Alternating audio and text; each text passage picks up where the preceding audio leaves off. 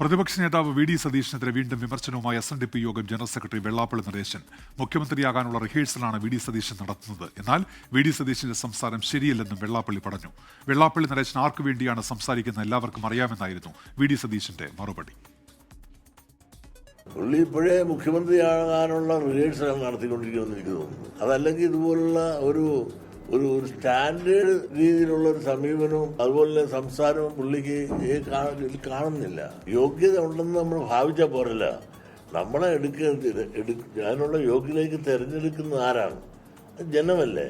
അദ്ദേഹം ആർക്ക് വേണ്ടിയിട്ടാണ് സംസാരിക്കുന്നത് നിങ്ങൾ നോക്കിക്കോളാം. അദ്ദേഹം മലപ്പുറത്തെ മുസ്ലിങ്ങളെ കുറിച്ച് അധിക്ഷേപിച്ചു, പാലായിലെ ക്രിസ്ത്യാനികളെ കുറിച്ച് അധിക്ഷേപിച്ച് സംസാരിച്ചു. പിറ്റേ ആഴ്ച അദ്ദേഹം ഗുരുദേവന്റെ പതിപ്പാണെന്ന് പറഞ്ഞാൽ ഞാൻ എന്തിനാ അദ്ദേഹം പറയുന്നതിനൊക്കെ മറുപടി പറയാൻ പോകണം? അദ്ദേഹത്തിന്റെ വെല്ലുവിളിയാണ് ഏറ്റെടുത്തത്.